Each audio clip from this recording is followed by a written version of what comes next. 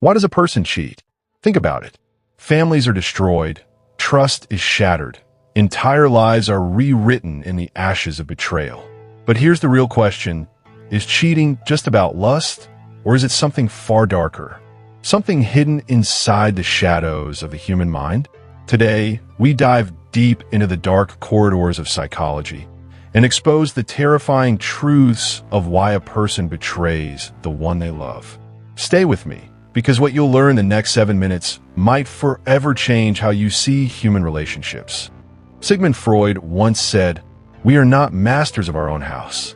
And Carl Jung believed that inside every human lives a shadow self, a hidden, darker identity that craves what we are forbidden to have. Cheating isn't just about sex, it's about the shadow's hunger. Imagine a man who has everything, a loyal partner, a stable life, even love. Yet one night, he finds himself staring into the eyes of temptation. Why? Because deep down, the human brain is wired not only for comfort, but also for risk, novelty, and escape. Cheating is often less about the other person and more about escaping oneself. It's the unconscious mind whispering. What if there's more out there? What if I deserve better? What if I can feel alive again? And in that whisper, destruction begins. Let's talk brain chemistry. When you cheat, your brain releases dopamine, the same chemical released when you gamble, take drugs, or win a game. It's a high, a rush of forbidden fire. That moment of secrecy, texting someone late at night, sneaking away, lying to your partner, creates a powerful cycle of addiction. You're not just addicted to the person. You're addicted to the thrill of betrayal. Cheating is not unlike walking into a casino. You know the risks. You know you could lose everything, but the gamble itself feels irresistible. And for many, that thrill is worth more than the love they already have. Cheating is rarely about replacing one person with another. It's about escaping reality. A stressed husband cheats, not because he doesn't love his wife, but because he feels trapped in the pressures of responsibility. A wife cheats, not because she doesn't care, but because she longs to feel seen, admired, alive. In truth, cheating is often a desperate attempt to run away from the weight of existence, from boredom, from the routine, from the silent suffocation of daily life. But here's the tragedy. In trying to escape their own emptiness, people create a deeper void. They lose the very thing that once grounded them. Ego, perhaps the most dangerous reason of all. For some, cheating isn't about love, desire, or loneliness.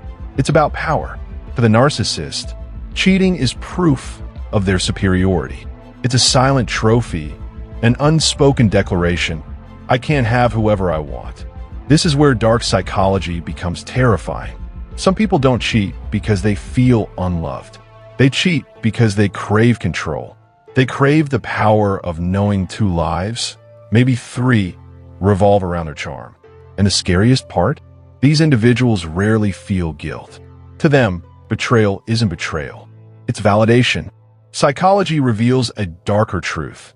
Many who cheat are reenacting old wounds. A child who grew up ignored or abandoned may spend their adult life seeking constant attention. They cheat not to betray, but to fill the bottomless pit of insecurity carved into them long ago. This is why cheating feels like an endless cycle. It's not about lust. It's about reliving unresolved trauma. They are not chasing another person. They're chasing the love they never truly received. And no matter how many hearts they capture, the emptiness never disappears. We live in an era where temptation lives in your pocket.